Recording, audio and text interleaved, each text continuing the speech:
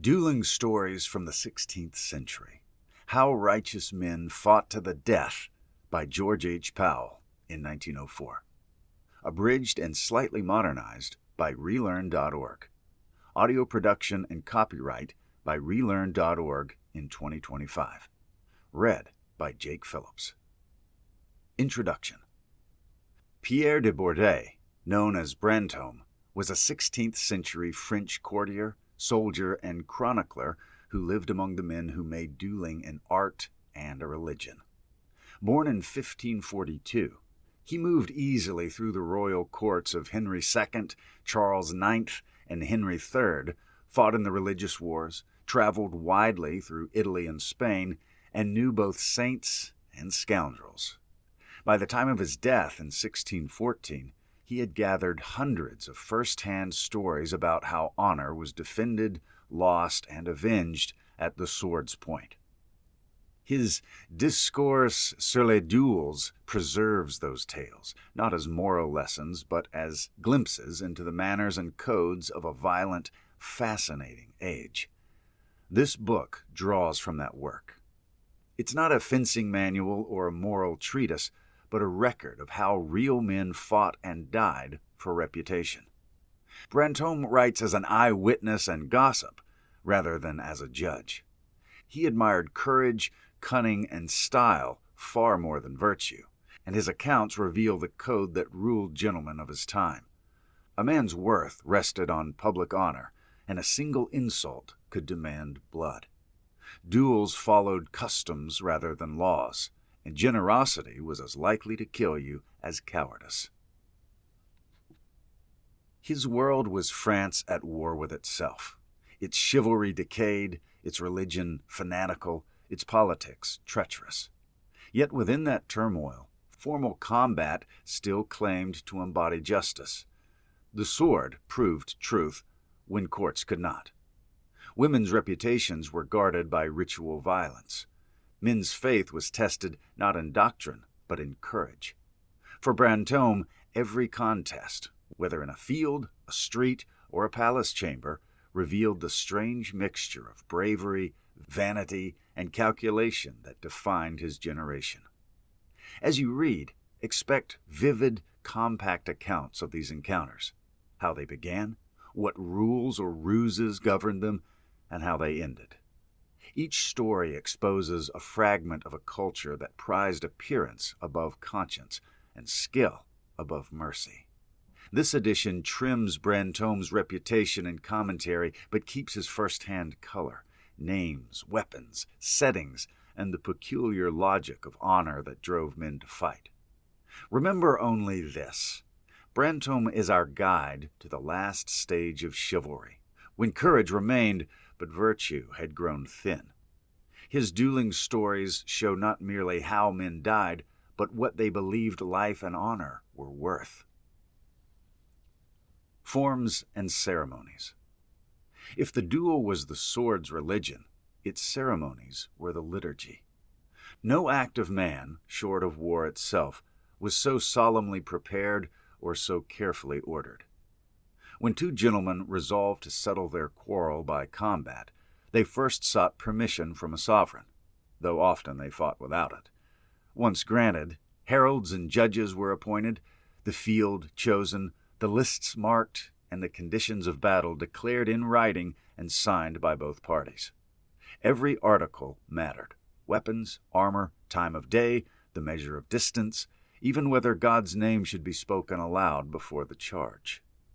On the morning of combat, the field was treated like a chapel.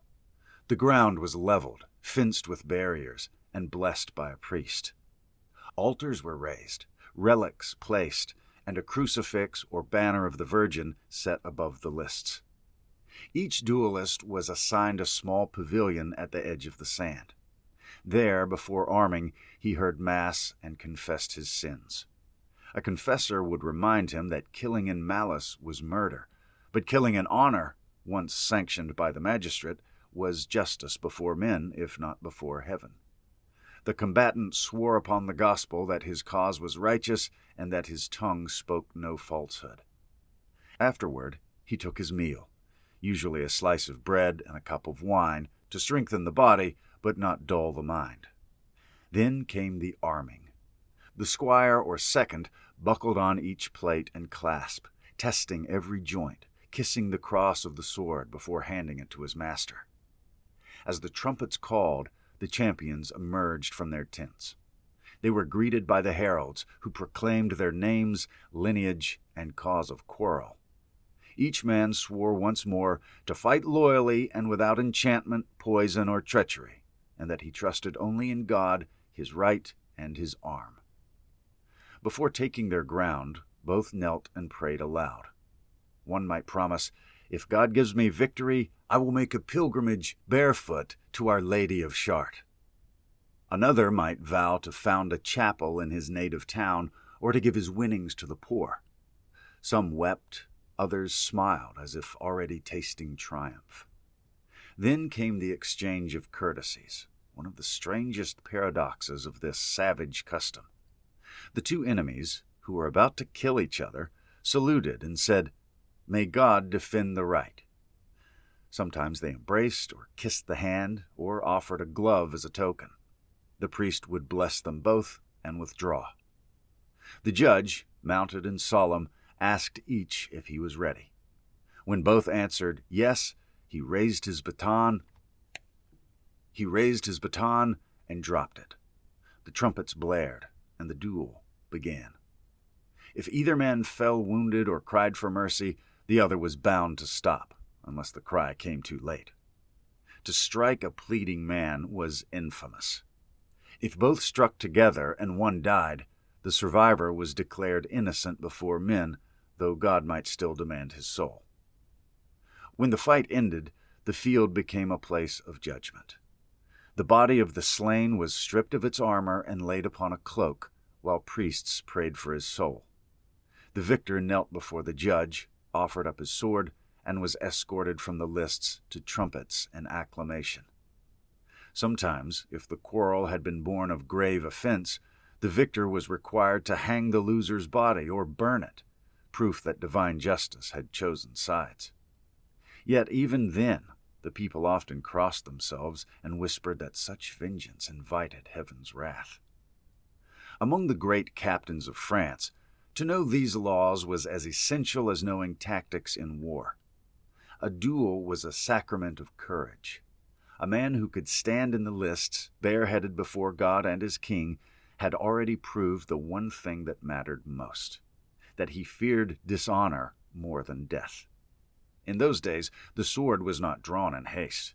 To challenge another man was to summon a tribunal that judged both body and soul.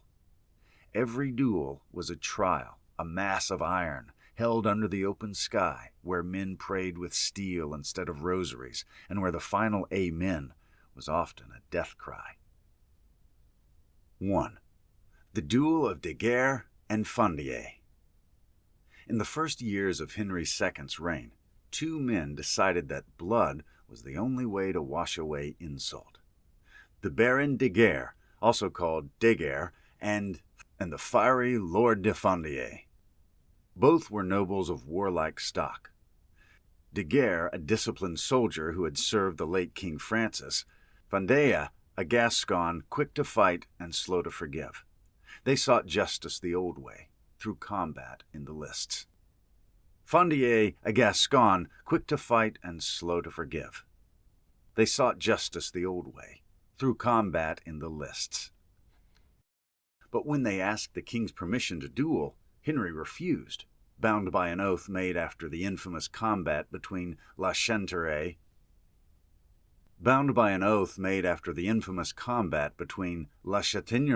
and Jarnac. So the men turned instead to the Duc de Bouillon, who governed the free town of Sedan, where dueling still thrived under looser laws. Bouillon granted the field, and the preparations began. Fondier, confident and loud, demanded that a fire and a gallows be set beside the lists, vowing that if he won, his enemy would not only die, but burn or hang afterward. Such was the custom when hatred outweighed mercy. Daguerre answered calmly that he would be ready for whatever end God decreed. When the two men met in the field, de Guerre carried a short, thick bastard sword, halfway between the long blade and the heavy cutlass, an unusual choice for the time. Fondea protested, claiming it was no gentleman's weapon. But de Guerre replied that it was the very blade favored by the Swiss captains, men of courage if ever there were. He had trained with it for months under a fencing master who was also a Breton priest, a man as devout as he was deadly. The trumpets sounded. The two advanced across the packed sand. 1,000 nobles crowded the stands, and priests muttered blessings beneath the fluttering pennons. The first exchange was brutal. Fondea lunged and drove his blade into de Guerre's thigh, cutting deep into the muscle. Blood poured freely down the Baron's leg, pooling inside his greave. He fought on, though he knew his strength was leaving him with every heartbeat. When his sword arm began to falter, he changed his strategy. Dropping his blade, he closed in on Fondea, grappling him in the dirt like a wrestler. It was a dangerous move, but one he'd practiced under that same Breton priest who had taught him not only to pray, but to throw a man clean off his feet. They tumbled together, armor grinding, hands clawing for advantage. Both dropped their weapons and now fought fists, knees, and desperation. De Guerre managed to pin Fondea and tried to crush the life out of him through his visor, but the wound in his leg gushed anew. His breathing grew shallow. Around them the crowd shouted in confusion. Then, as if heaven itself would not suffer such spectacle, the great scaffold, crowded with ladies, young noblemen, and courtiers, collapsed with a thunderous crack. Screams drowned the clash of metal as the timbers splintered and bodies fell, crushed beneath the wreckage. Panic swept through the field. In the chaos, someone from de Guerre's side, breaking the sacred silence of the list, cried out advice, "Throw gravel in his eyes and mouth." Whether from pain or instinct, the Baron obeyed.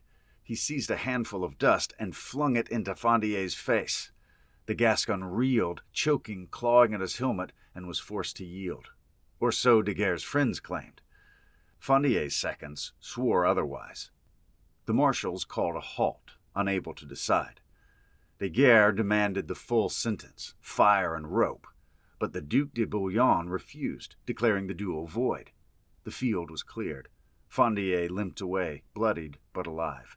De Guerre, pale and weak, was carried to his lodging in triumph, the people crying that he had conquered both his foe and the devil.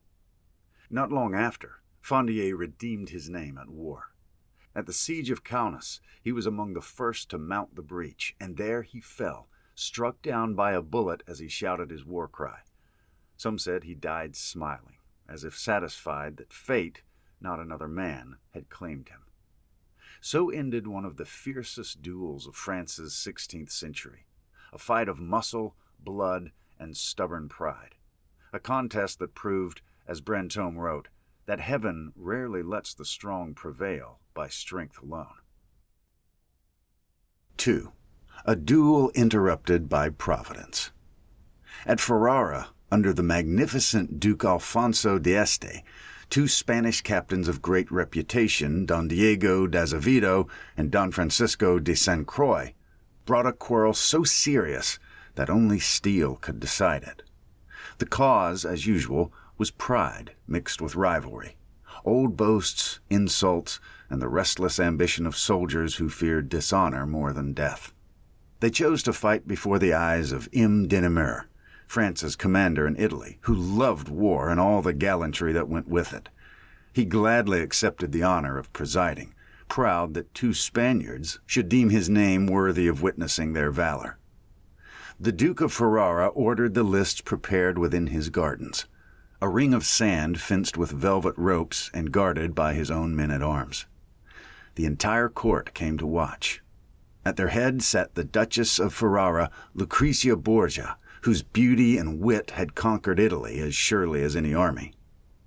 Beside her was M. de Namur, wearing her colors, black and gray, and a jeweled favor she had given him when he rode to the Battle of Ravenna. Before the fight began, the two Spaniards entered the ring with grave ceremony.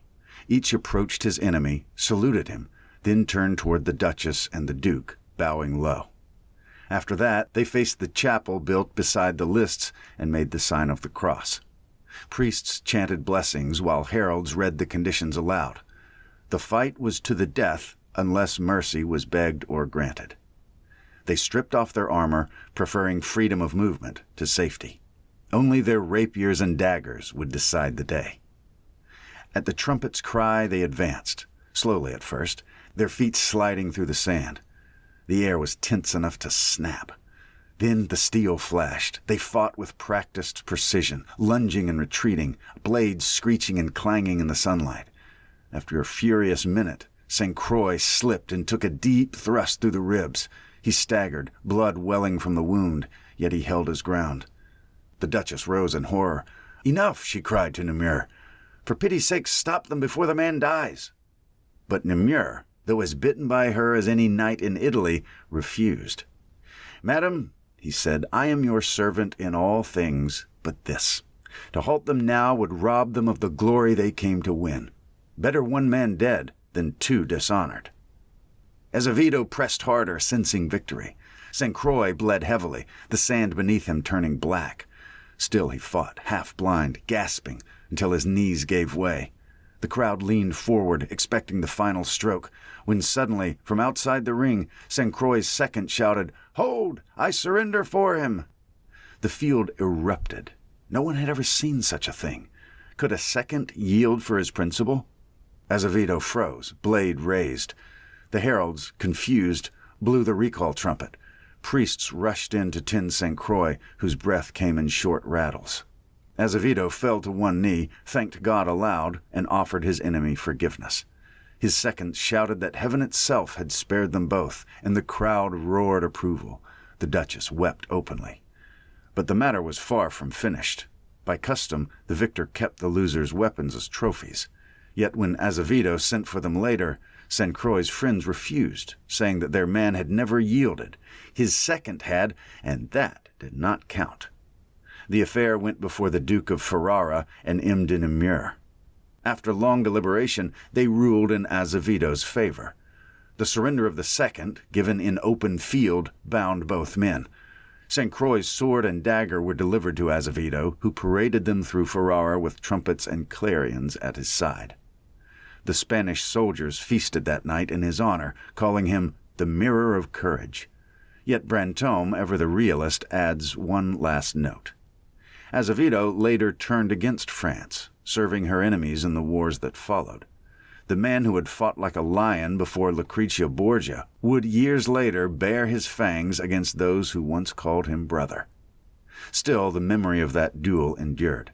It had everything the age worshipped: skill, spectacle, devotion, and blood. Two men entered the field ready to die for pride, a woman's beauty pleaded for mercy, and a single cry from the sidelines changed fate. It was, as Brantome wrote, a duel interrupted by Providence, but only just. 3. The Four Florentines. Among all the duels that drenched the 16th century in blood, few struck Europe with such awe as the combat of the Four Florentines. In it, honor, art, and death danced together in the Italian style, fast, precise, and merciless. The story begins in Rome, where four young nobles of Florence lived as gentlemen in the household of a powerful cardinal. They were men of striking appearance and excessive pride, skilled with the sword, admired by the ladies, and bound by a friendship that only vanity could break. Each fancied himself the boldest of his circle, the truest lover, the finest soldier. Their harmony ended over a woman. She was a Florentine courtesan of rare beauty, light as laughter one day and cruel as confession the next. Each believed himself her favored champion. Jealous glances grew into insults, and soon into blows. One evening at a feast, a taunt was answered with a dagger's hilt. The men were dragged apart, but it was too late. Their honor was wounded, and only blood could heal it. Rome's laws forbade duels within the city, so before dawn the next morning they rode quietly beyond the walls to a flat meadow near the Porta San Giovanni, a field often chosen for forbidden encounters. Only a handful of witnesses followed, servants sworn to silence, and two surgeons whose trade was to save whoever still breathed when it was over. There, beneath a silver dawn, they stripped to their shirts and doublets. They wore no armor. Their swords were long Florentine rapiers, narrow as lances of light. Each pair stood facing the other, bareheaded, the dew glinting on their blades. At the first clash, all elegance vanished. Steel met steel with a cry like tearing silk. One Florentine, a hot-tempered youth named Ranucci, lunged too fiercely. His opponent parried and thrust upward, driving the sword through his chest and out between his shoulders. Ranucci fell, clawing the air, his blood pouring into the grass. The sight drove his companion mad with rage. He screamed his comrade's name and charged, striking wildly, his blade ringing against helm and arm until his enemies slipped on the wet ground. In an instant, the survivor of the first pair seized his chance, caught his attacker by the collar, and drove his sword beneath the jaw, piercing through the throat until the point burst from the nape. Both men toppled together, locked in each other's arms like lovers, dead before they struck the earth. Only one man remained standing, tall, dark-haired, and drenched in the blood of others. He tried to lift his weapon for one last salute to the witnesses, but could not. The arm that had slain was torn and useless. Blood spurted from his side as he stumbled, gasping for breath. He sank to his knees, made the sign of the cross, and collapsed without a sound. When the servants finally dared to approach, the field was a vision of slaughter. 4 men lay sprawled in the trampled grass, their faces pale as marble, their clothes shredded and soaked crimson. The ground steamed in the morning light. One was still breathing, faintly. He begged for a priest. They ran to the nearby monastery of St. John Lateran, who brought a friar, who bent over him with a crucifix. The dying man's lips moved once, a word of repentance or a woman's name, and then he was still.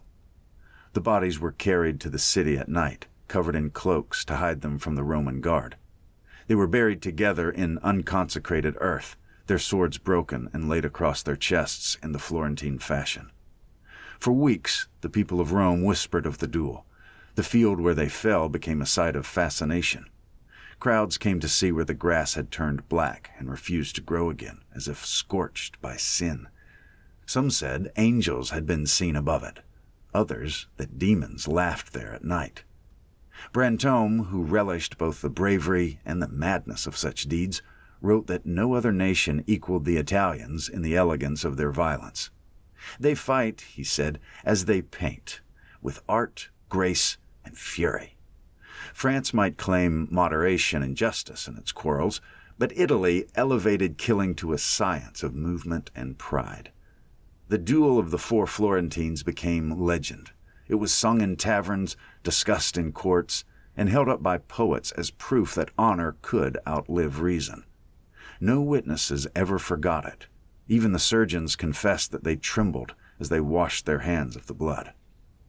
4 entered the field at sunrise, beautiful and full of life. By mid-morning, all were corpses, and in the eyes of the age, that was victory enough.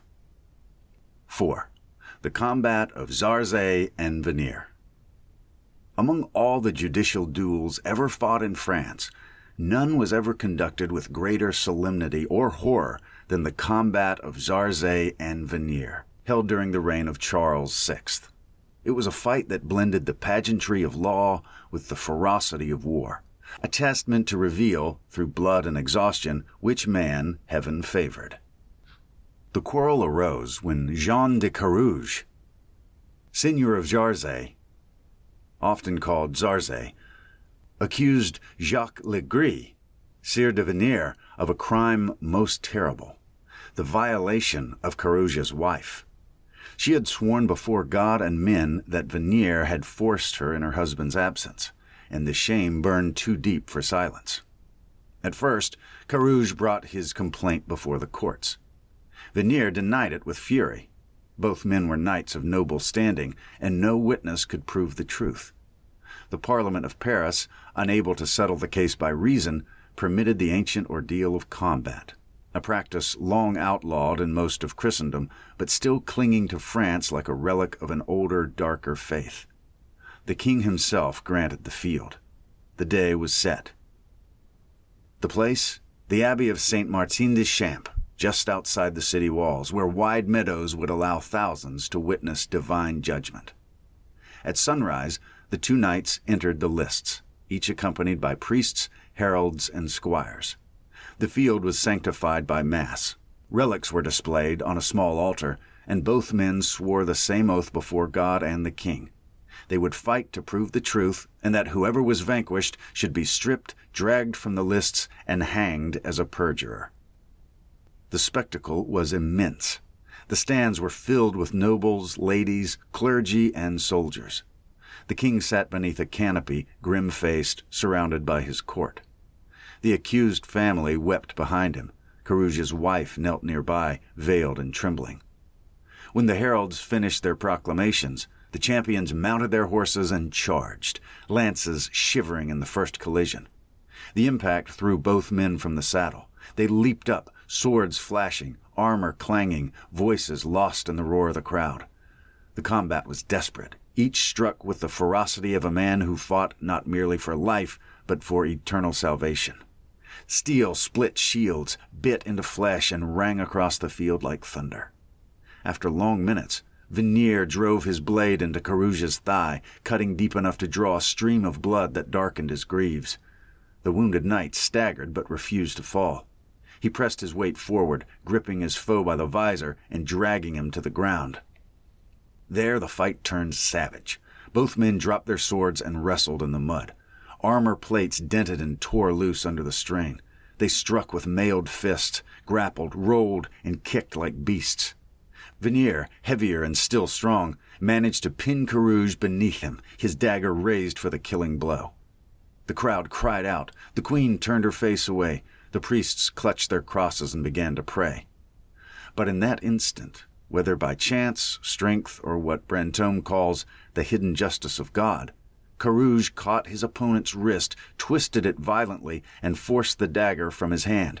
In one motion, he rolled over, seized the weapon, and drove it through Vernier's throat. The blade passed cleanly under the gorget, severing the windpipe. Blood spurted over both men. Vernier gurgled, convulsed, and went still. Carouge rose, staggering, his armor red and his breath ragged. He planted his dagger in the earth and lifted both arms toward heaven. The crowd erupted. The heralds ran forward, shouting, "God has judged the right." The king himself descended to the edge of the list, his expression unreadable. He commanded that the loser's body be stripped of armor and dragged before the stands, where the sentence of law was completed. Vernier was hanged from a gallows beside the field, his corpse left for the crows, as a sign that God had condemned his soul.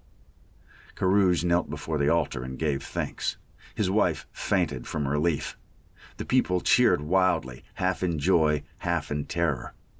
When it was over, the field looked like a battlefield. Blood pooled in the sand, broken armor scattered everywhere, and the smell of sweat, steel, and death hung in the air. The king, turning to his counselors, is said to have murmured that no man should ever again call for such judgment, for God may not always choose to show his will so clearly. But France remembered. The story of Carouge and Vernier was told for generations, a tale of law, faith, and vengeance, of a woman's cry for justice, answered not by courts, but by combat. To Brantome, this duel proved that in the late Middle Ages, men still believed that truth could be forced from heaven by the strength of a single arm. It was, he said, the perfect symbol of that strange age, half Christian, half pagan, where knights prayed like saints and killed like soldiers, and when a man's innocence or guilt was decided not by reason, but by the edge of his sword. 5. The death of La Chataigneraie.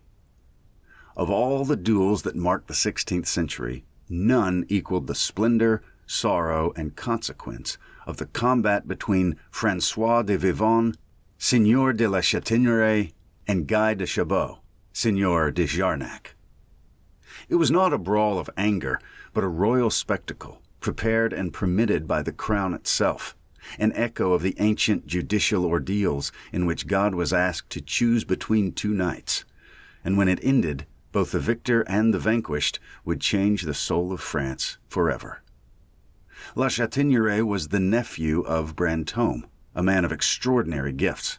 He was tall, broad-shouldered, and commanding, with dark eyes and the poise of a prince. He spoke elegantly, dressed magnificently, fought with unmatched skill, and carried himself with a confidence that bordered on prophecy. Few courtiers were more beloved by King Francis I, and none more admired by the ladies. But with that admiration came vanity, and vanity became his doom. The quarrel that brought him to ruin began years earlier. In the court of Francis I, La Chataigneraie and Jarnac had been friends, both serving as gentlemen of the king's chamber. In a moment of jest or spite, La Chataigneraie let fall an insinuation that Jarnac had dishonored himself with Queen Eleanor, the king's own stepmother. It was a cruel slander, spoken lightly but remembered bitterly. Jarnac, humiliated but bound by the king's prohibition against dueling, swallowed the insult for years. Only when Henry II succeeded his father did he see his chance to restore his name. He appealed to the young king, asking leave to prove his innocence, by the judgment of God and the sword. Henry II, eager to display his authority and revive the old knightly customs, granted it. Thus began preparations for one of the grandest duels in French history. The lists were built at Saint-Germain-en-Laye, a vast rectangle of sand enclosed by wooden barriers and royal stands draped in gold and crimson. The king commanded that everything be done in order and ceremony. 2 pavilions were erected for the combatants, one blue and silver for Jarnac, the other red and white for La Chataigneraie. The morning of the duel dawned bright and clear. The court gathered like a festival. Trumpets sounded from the towers. Heralds and tabards of silk read aloud the royal decree that permitted the combat. The king and queen sat beneath a canopy, flanked by princes, bishops, and foreign envoys. Behind them stood the flower of France, captains, nobles, and ladies glittering in jewels. The air was electric with curiosity and dread. La Chataigneraie entered the field first, mounted on a tall horse, his armor polished to a mirror, his crest gleaming. He saluted the king with perfect composure, removed his helmet, and bowed to the queen. His expression was calm, almost joyful, a man certain that victory would honor both himself and his sovereign. Then came Jarnac, smaller in stature, more sober in bearing, but resolute.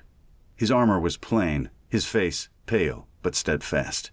He dismounted, knelt, and prayed aloud before the royal stand, committing his cause to God.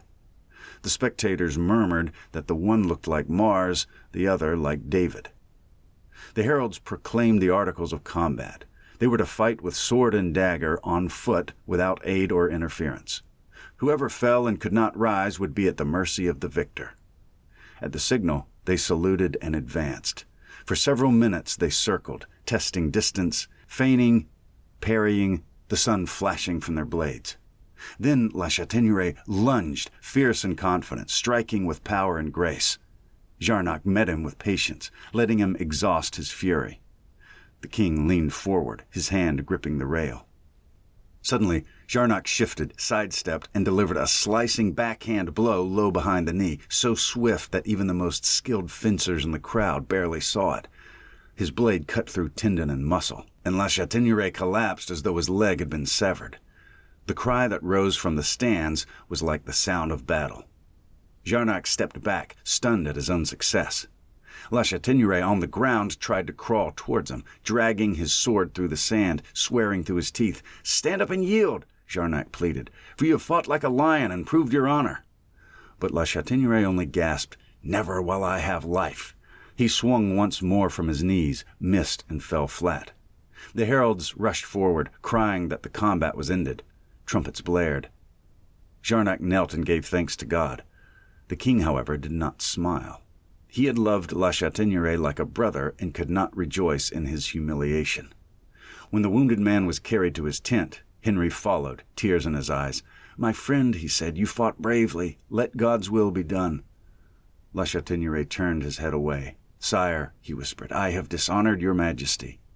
He then tore open his bandages with his own hands, and refusing all medicine or aid, bled himself to death before the king could stop him. The body was borne from the tent by torchlight, the crowd silent as a tomb. Many nobles wept openly. The king, grief-stricken, swore before heaven that no man should ever again fight a duel under his license. The event marked the end of an era. The coup de Jarnac entered legend as a symbol of cunning skill and divine judgment. It was whispered that Jarnac's secret move had been taught him by an Italian master of arms who served the Duke of Florence. Whatever the source, it became the most famous stroke in fencing, imitated for a century, but never forgotten for the death it caused. Brantome, writing years later, never mentions his uncle without sorrow. He died, he said, not conquered in spirit, but slain by pride. His wound was not of the body alone, but of the soul, a blow from his own ambition. To this day, the phrase "a coup de Jarnac" survives in French speech, often meaning a treacherous strike. But to those who know the story, it means something more terrible: the fatal precision of fate, that moment when pride meets its appointed hour, and all the brilliance of manhood ends in blood and silence. 6. Montluc's reflection on the Jarnac duel. No sooner had the tragic duel between La Chataigneraie and Jarnac ended than men across France began to argue over its meaning. Some praised the courage of both. Others condemned the king for permitting it. But among those who spoke, none carried more weight than Blaise de Montluc, the old Gascon captain who had fought in 100 battles and survived them all. Brantome, who knew him well, records his words with respect. Montluc, hardened by war and contemptuous of vanity, declared that the duel of Jarnac marked the turning point of chivalry, the day when France's courage began to rot into pride. He said, "In my youth men fought for their god, their king, or their home. Now they fight for a phrase spoken in jest, or for a lady's ribbon dropped by accident. I've seen more noblemen die over a word than over a kingdom. Such bravery is not virtue, it's sickness." Montluc had been present at Saint-Germain when the duel took place. He described the silence that fell after La Chataigneraie's fall, the eerie stillness of thousands of people staring at a hero bleeding in the sand. It was, he said, as if heaven itself had struck him down for his arrogance. He loved courage, but not conceit. La Chataigneraie, Montluc said, was too sure of his strength, too proud of his fortune. He went to the field as if God owed him victory, and God showed him that he owes nothing to any man. He spoke bitterly of how the younger nobles had begun to treat dueling as sport.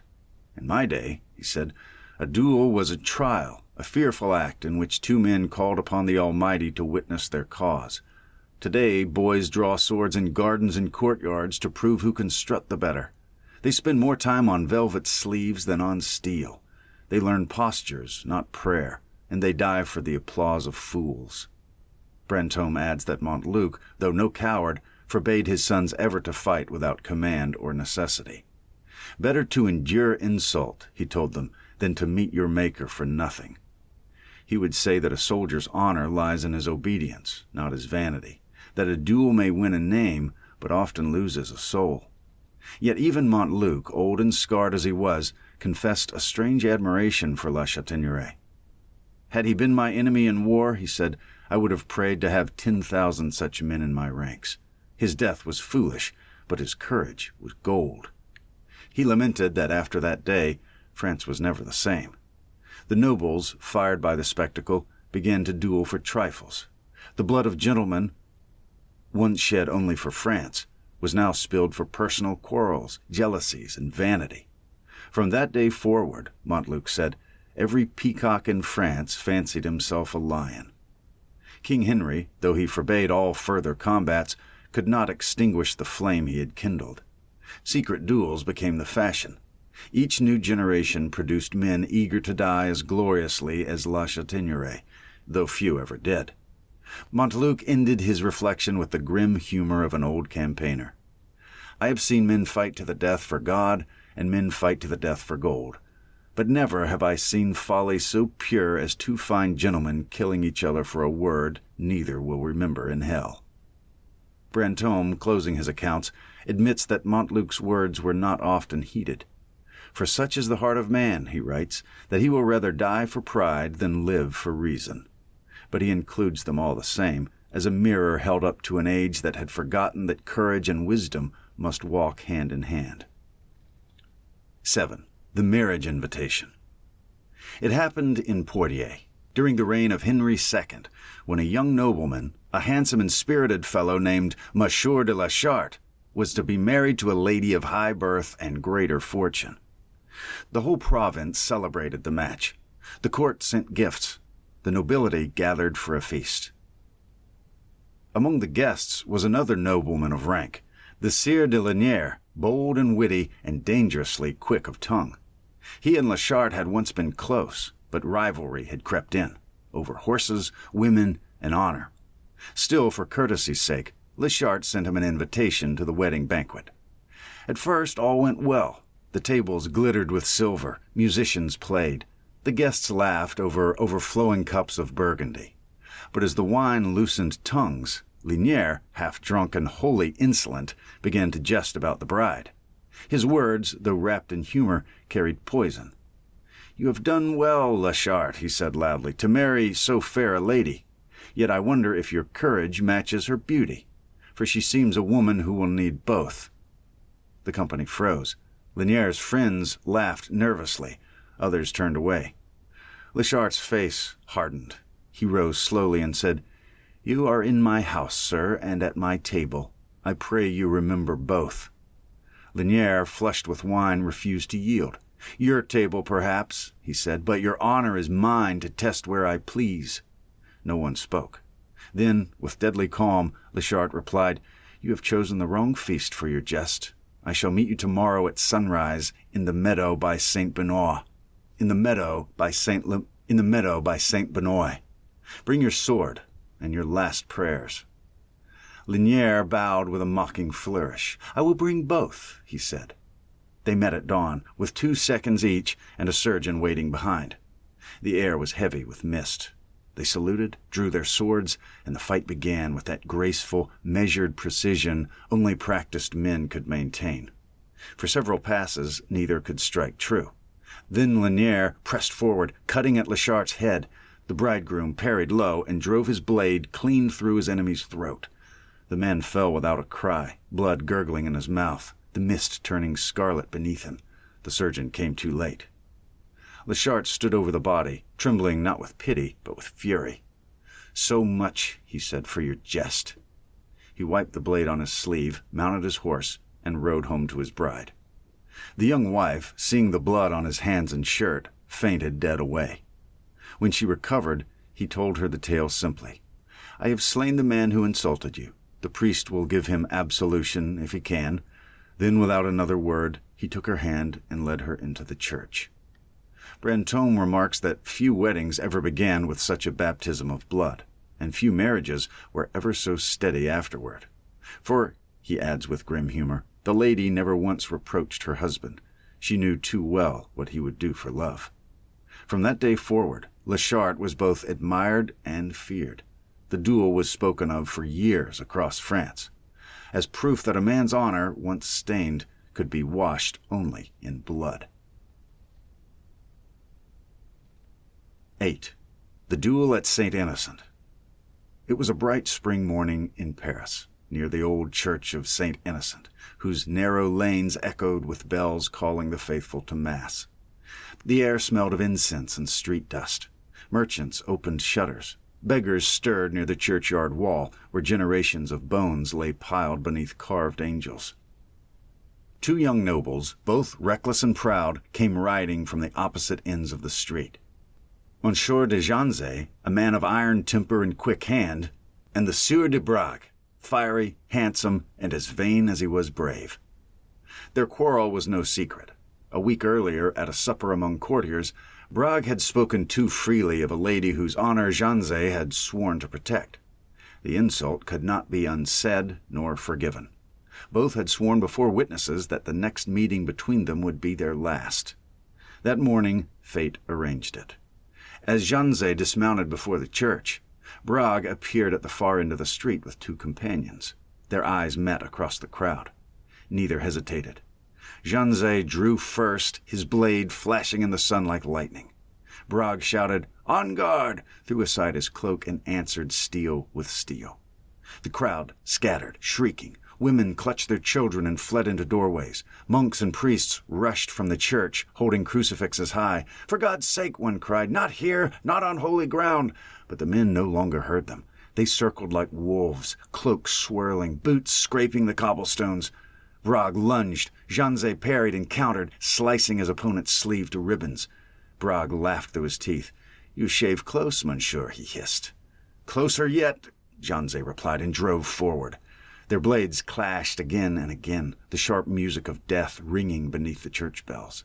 Then, as Bragg lunged high, Janze slipped aside and struck low, piercing him through the ribs. The sword went deep. Blood splattered Janze's face and doublet.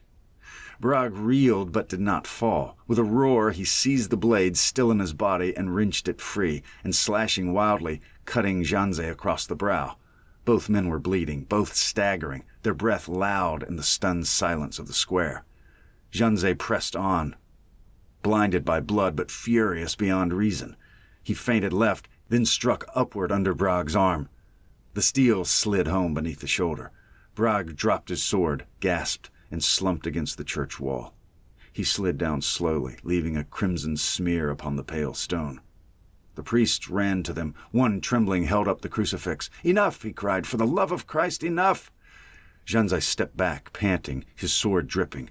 "He has enough," he said quietly. He knelt beside the dying man. "Forgive me, Bragg," he whispered.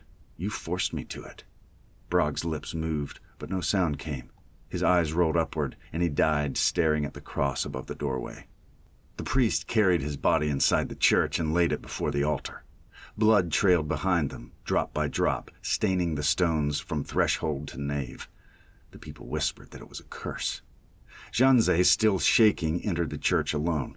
He fell to his knees beside the corpse, rested his blood-stained hands upon the flagstones, and prayed aloud, "Lord, judge between us. I have killed to keep my name clean before men.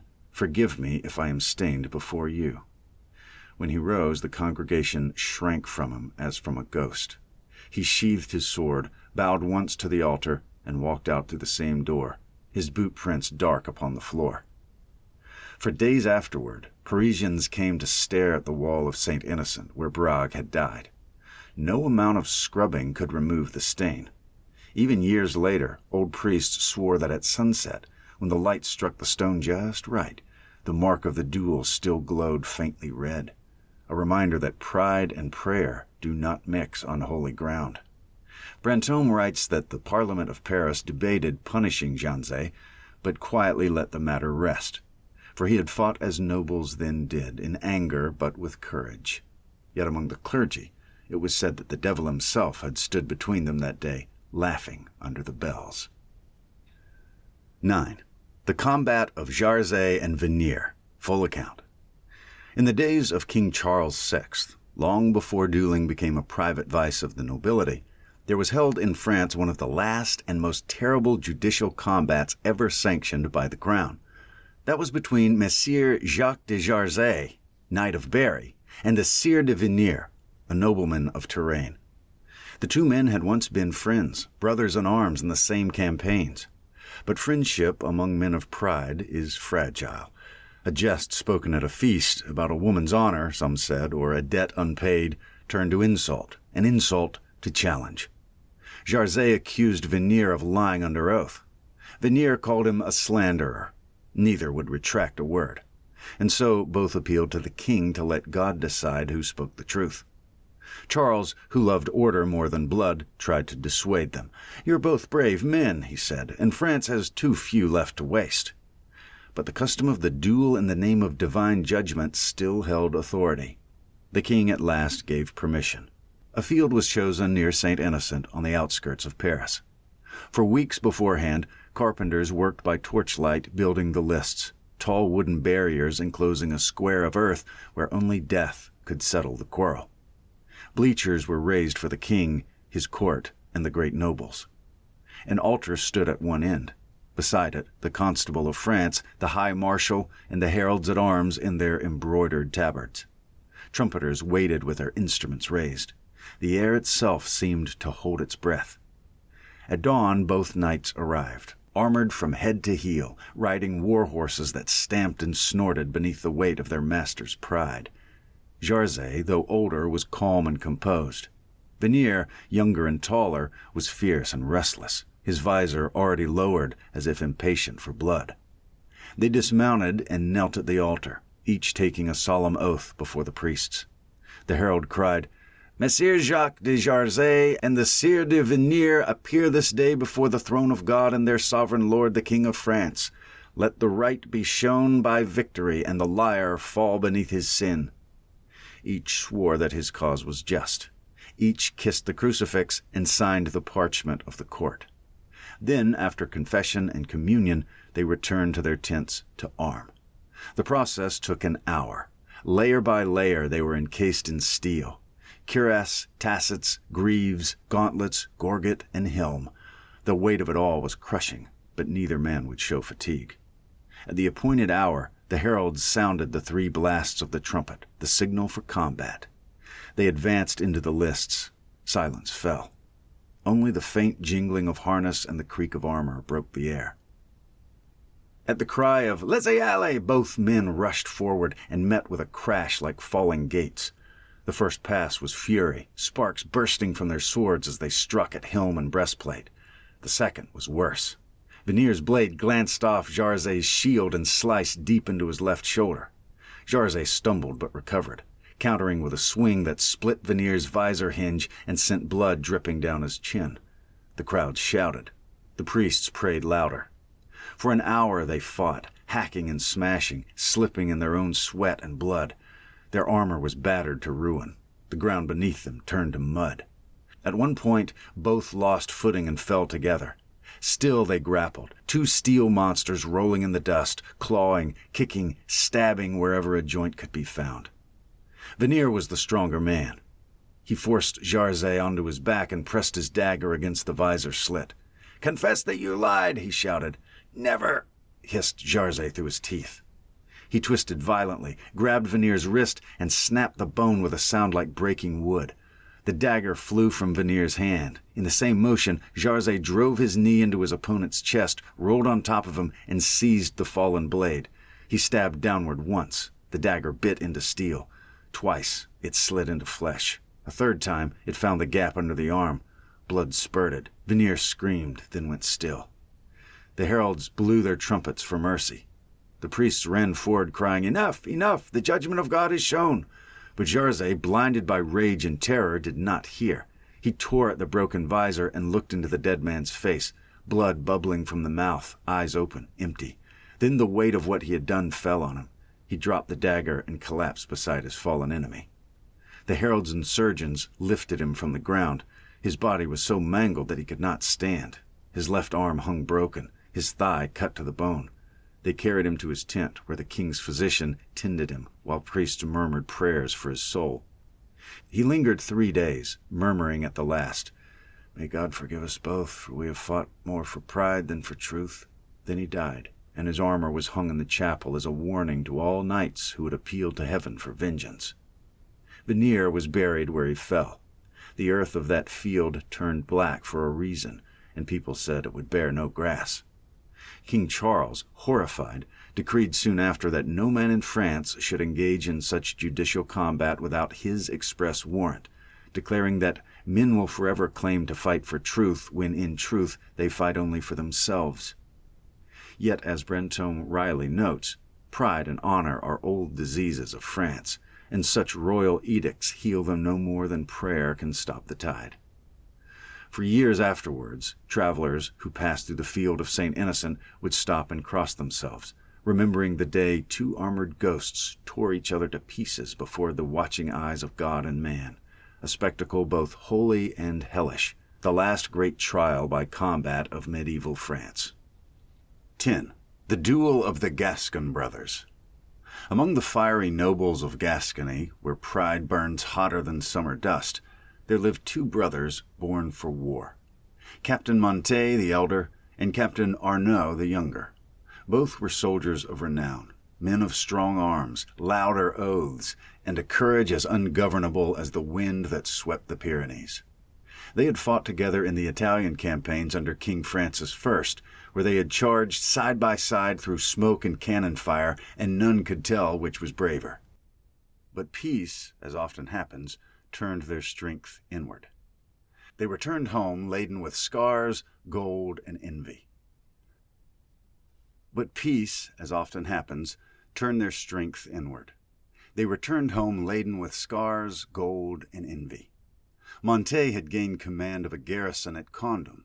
Arnaud served in the same company, yet under him. That was the first sting. Then came a woman, the widow of a slain officer, beautiful, proud, and fond of praise. Both courted her favor.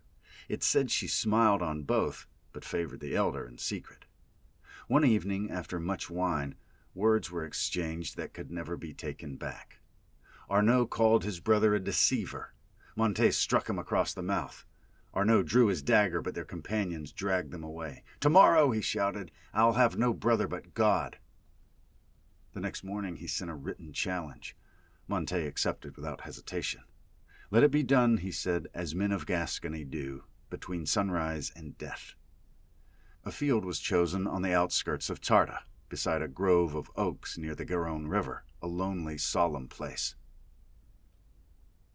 At dawn they came, each with 2 witnesses. No heralds, no priests, no law, only vengeance, pride, and the steel they trusted more than heaven.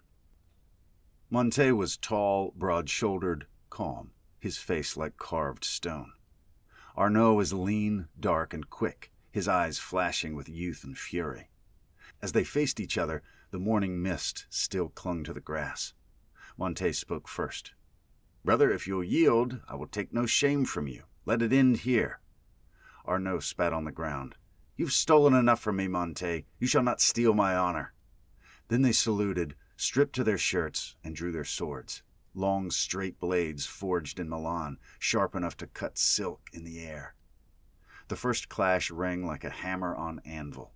Arnaud pressed hard, striking fast and high, forcing Monte back toward the trees. But the elder's defense was measured and precise. He parried with the patience of a man who had survived battlefields, waiting for his moment. After several passes, Monte riposted, a swift thrust that grazed Arnaud's ribs. The younger gasped, feeling the warmth of blood under his arm. "First blood," Monte said grimly. "Go home." But Arnaud's pride only flared hotter. "I go home only to my grave," he answered, and lunged with reckless fury. His blade nicked Monte's cheek, slicing deep across the jaw. Blood poured down his neck. Monte staggered back, stunned, and the men circled again. The duel lasted nearly half an hour, the kind of fight that drains both body and soul. Their shirts clung to them with sweat. Their breath came in ragged gasps. Every stroke rang across the meadow. The watching friends dared not move or speak. At last Monte saw his opening. As Arnaud raised his blade for a high thrust, Monte feigned to the left and struck low, piercing his brother's thigh. The wound gushed. Arnaud cried out and fell to one knee. Monte stepped back and lowered his weapon. "It is done," he said. "You're beaten. I will not kill my brother." But Arnaud's fury would not die. He rose, blood streaming down his leg, and said between clenched teeth, "Then I will kill mine." Before anyone could move, he lunged again, a desperate, wild thrust straight for Monte's heart. The blade struck home. Monte staggered backward, clutching his chest, eyes wide in disbelief. He sank to one knee, then fell, blood bubbling between his fingers. The witnesses cried out. Arnaud stared, horrified at what he'd done. He dropped his sword and ran to his brother, kneeling beside him. "Forgive me," he shouted. "I've killed you, and myself." Monte's lips moved faintly. "No, Arnaud," he whispered. "We have both been slain by our pride." Then, with a sudden surge of strength, he seized the fallen sword beside him, his brother's own weapon, and drove it backward into Arnaud's chest. The blade passed through him cleanly. Arnaud fell forward onto Monte's shoulder. They lay together, silent except for their failing breaths. Monte spoke once more, so softly that only those nearest could hear. "Brother, I forgive you. God forgive us both." A few minutes later, both were dead, their blood mingling in the grass. Their companions buried them side by side where they had fallen. On the rough wooden cross, they carved only the words, "Here lie 2 Gascons, brothers by birth, rivals by pride, united in death. Years later, travelers still came to see the spot. Locals claimed the grass there never grew evenly, that a patch of bare earth remained where their blood had soaked the soil. Brantome, writing of the affair long after, said, "If there is a hell for pride, the devil himself could find no truer pupils than Gascon gentlemen. Yet in their madness there was courage, and in their courage a terrible beauty." He concludes with the bitterness of experience. They died as they lived, too bold to beg forgiveness, too proud to live without it. 11. The Count of Charny and the Italian Knight. In the later years of King Henry II, when dueling was both a vice and a national pastime, there came to the French court an Italian knight of great reputation, a man named Signor Lucenzo, famed across Europe for his swordsmanship. He had fought in Spain, Milan, and Naples, killing men in public and private duels alike, and carried himself with a smug grace of one who believed no Frenchman could match his art. At first, the courtiers admired him. He moved like a dancer, spoke 5 tongues, and could split a coin on a thread with his blade. But pride travels with every foreign master, and his tongue was sharper than his sword. He mocked the French style of fighting, their heavy guards, their bullish charges, their faith in luck rather than technique. Before long, word of his boasts reached the Count of Charny, one of France's proudest nobles and a descendant of the old crusading line. The Count was no fencing scholar. He was a soldier, broad-shouldered, battle-scarred, and full of that blunt courage that cared little for elegance. Yet when he heard that the Italian had called the French oxen in armor, he rose from the table and said, "Then I'll be the ox to gore him." A formal challenge was given and accepted. The king tried to forbid it, but both men were too famous to be denied. A field was chosen near Fontainebleau, and the nobility came to watch as if for a festival. At dawn the two appeared, Charny in plain steel, and Lucenzo in gilded armor light as bone. Their squires stripped them of cloaks, and they saluted the herald. Lucenzo smiled thinly and said, "I will teach France to bow before Italy." Charny answered, "Then you'll have to start with my corpse." The signal was given. The Italian began lightly, his blade darting and circling like a serpent, testing range, forcing Charny to defend. The Count met each stroke with raw power, hammering down his opponent's guard with blows that made the spectators wince. Lucenzo stepped back, smiling, his footwork graceful as a cat's. "You fight like a blacksmith," he said. Charny spat in the dust. "A blacksmith makes iron obey him." Lucenzo lunged suddenly, a perfect thrust meant to end the fight. But Charny twisted aside, letting the blade scrape his pauldron. He countered with a brutal downward cut that struck Lucenzo's helmet and split the crest clean in two. Blood running from his brow. The crowd gasped. Charny pressed the attack, roaring like a bull, his sword ringing on Lucenzo's guard. Blow after blow drove the Italian backward until he stumbled and nearly fell. But pride is a deadly fuel. Lucenzo recovered, his eyes cold as glass. He shifted to a new stance, one the French had never seen before. Body low, point extended like a needle. He began to move with terrible precision, slashing only at the weak points of the Count's armor. Within minutes, Charny's sleeve was shredded, his forearm bleeding from shallow cuts. Another flick of steel nicked his neck. Another scored his thigh. The Count bellowed in frustration, "You stab like a tailor!" Lucenzo only smiled, "And I will hem your shroud." That taunt sealed his fate. Charny, enraged, dropped all pretense of defense and charged headlong, a wall of muscle and metal. Lucenzo sidestepped, trying to draw him into open ground, but the Count's sword came in a sweeping arc and caught him full on the side of the head. The Italian went down hard. Before he could rise, Charny was on him, knee pinning his chest. He tore the sword from Lucenzo's hand, ripped off his visor and said, "Teach me now, master." Then he drove the blade straight through the man's throat. The spectators erupted in horror and awe. The Count rose, breathing like a beast, blood dripping from his armor. He looked down at the lifeless Italian and said, "France has learned enough for today." He walked off the field without waiting for herald or applause. Brantome remarks that this duel was a marriage of courage and brutality, and the child it bore was victory. Yet he adds with irony that the Count, though he won the fight, was the last of his kind, a relic of strength in an age that would soon worship art more than valor. Indeed, after that day, the schools of fencing multiplied, the rapier replaced the broadsword, and honor itself became an art. Men still killed each other, but no longer as lions, rather as clever foxes. And so the Count of Charney's victory marked the end of chivalry and the birth of calculation. 12. The Duel of the King's Favorites. It was in the reign of King Henry III, when France was drowning in decadence. At court, dueling was not forbidden, it was fashionable. Gentlemen carried death as easily as a perfume vial. They fought for glances, gossip, or the curve of a smile. A bloody duel was the finest morning entertainment for the idle lords of Paris. Foremost among these gallants were the king's minions, his favorites, young nobles dressed in silks and jewels, proud of their beauty and insolence.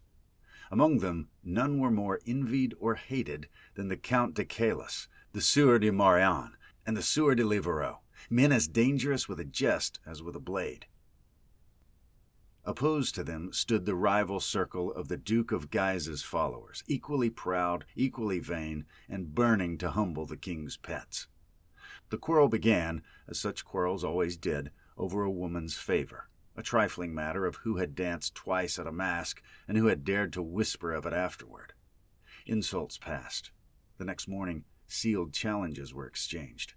Both parties chose their comrades, and 6 men in all prepared for what would become the most infamous duel of the century.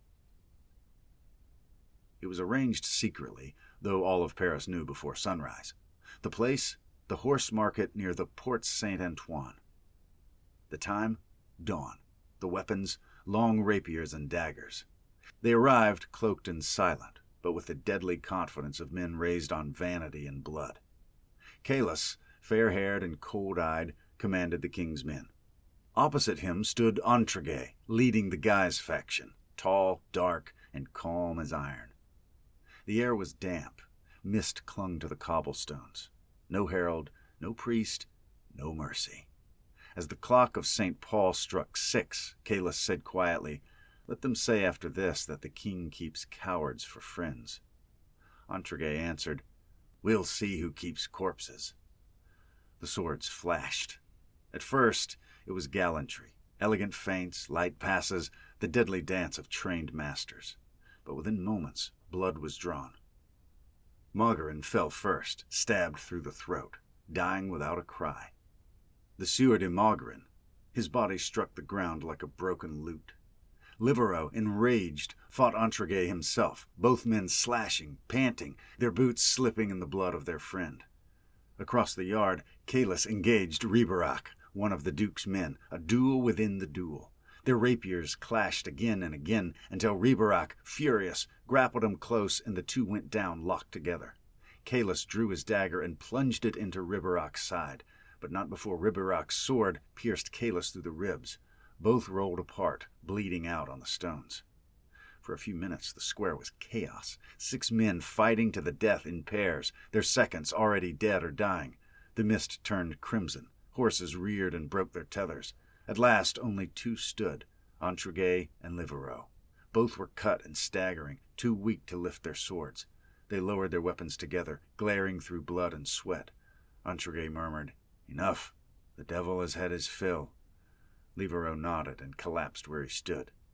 When it was over, 3 men lay dead and 2 mortally wounded. Only Entraguet survived long enough to tell the tale, his body scarred for life. King Henry III wept publicly when he saw their corpses laid out side by side, their perfumed hair matted with blood, their fine silk shirts torn to ribbons, jeweled rings still on their lifeless fingers. He ordered grand funerals and vowed to end dueling forever. But Brantome, watching from afar, wrote with bitter wit, "They died not for faith, nor for country, nor even for love, but for a jest, a ribbon, and a moment's pride.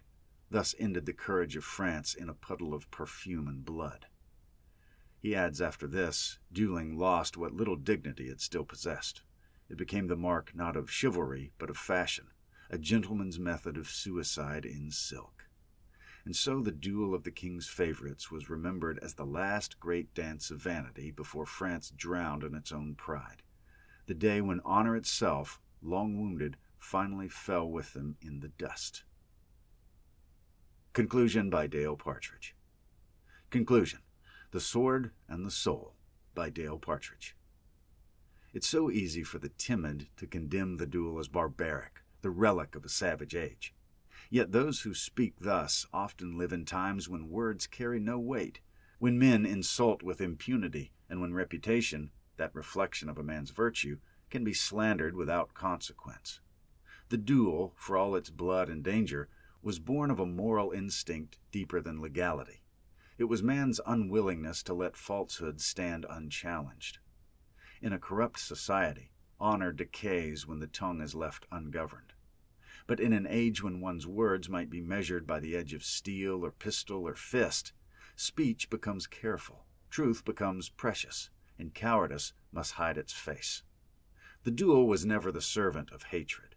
It was the restraint of it. It reminded men that their reputations were sacred trusts, not to be gambled in jest or surrendered to slander. At its best, the duel was a swift and private court of justice.